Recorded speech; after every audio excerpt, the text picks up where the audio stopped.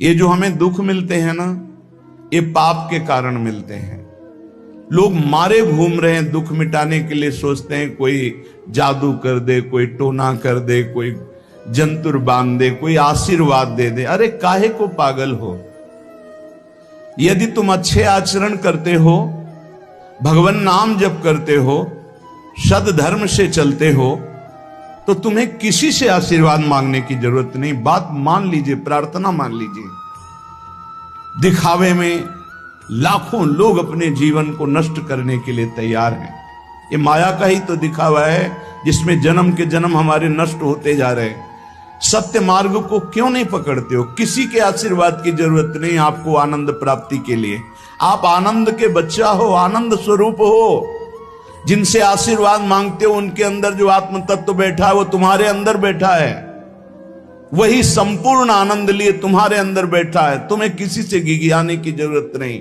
बस तुम अपने स्वरूप को नहीं पहचान पा रहे हो, अपनी शक्ति को जागृत नहीं कर पा रहे हो, इसलिए तुम दौड़े घूम रहे हो। भागने की जरूरत नहीं है। सत्संग सुनो, उसे अपने आचरण में उतारो।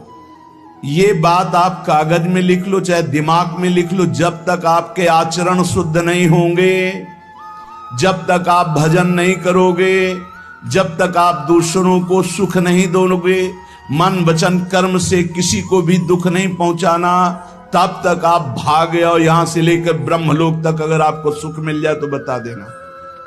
आ ब्रह्म भुवनान लोकान पुनरावर्तिनो, अर्जुन यहां सुख मिलने वाला है।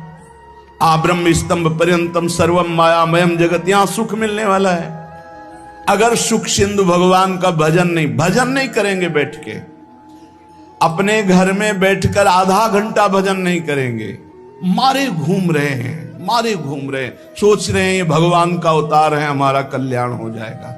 ए भाई, जब भगवान वास्तविक अवतार लिए और जो भजन नहीं किए उनका भी कल्याण नहीं हुआ। भगवान के अवतार के समय हम भी रहे होंगे कहीं ना कहीं, किसी जीव जंतु के कल्याण हुआ क्या? अब भजन करोगे तो कल्याण हो जाएगा। हमारी बात मान लो।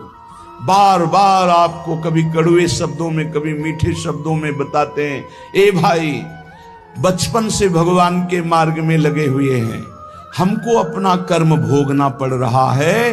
जो शरीर रचना के समय रचा गया था वो सुखद या दुखद कर्म भोगना पड़ा। तो रामकृष्ण परमहंस जी के कैंसर था, भाई जी हनुमान प्रसाद पोद्दार जी के उदर में कैंसर था, बड़े बड़े महापुरुषों को भोगना पड़ा। तो प्रारब्ध को भोग लो।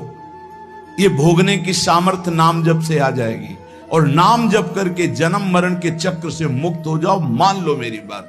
क्या वृंदावन की परम पावन रज से बढ़कर त्रिभुवन में कोई रज है? इस रज में बैठकर तुम्हें आनंद नहीं मिल रहा तो कहां मिलेगा तुम्हें?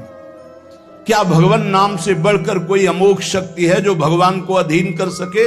सुमिर पवन सुत पावन नामू अपने बस करी राखे रामू, लेकिन समझ में नहीं आता।